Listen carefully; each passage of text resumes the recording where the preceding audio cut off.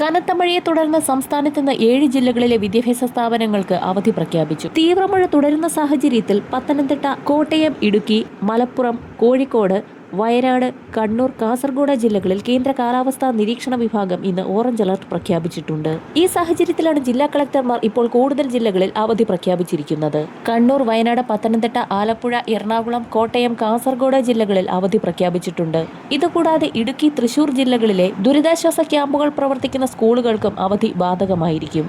ഇതോടൊപ്പം തന്നെ കനത്ത മഴ കണക്കിലെടുത്ത് തിരുവനന്തപുരം, കൊല്ലം, ആലപ്പുഴ, എറണാകുളം, തൃശൂർ, പാലക്കാട് എന്നീ ജില്ലകളിലും കേന്ദ്ര കാലാവസ്ഥാ നിരീക്ഷണ വിഭാഗം ശക്തമായ മഴ കണക്കിലെടുത്ത് യെല്ലോ അലർട്ട് പ്രഖ്യാപിച്ചിട്ടുണ്ട്.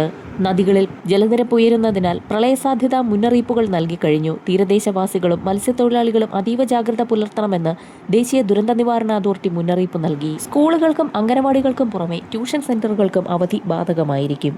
വരും മണിക്കൂറുകളിലെ അവധി അറിയിപ്പുകൾ കൃത്യമായി ലഭിക്കുന്നതിനായി ചാനൽ സബ്സ്ക്രൈബ് ചെയ്യാൻ മറക്കാതിരിക്കുക.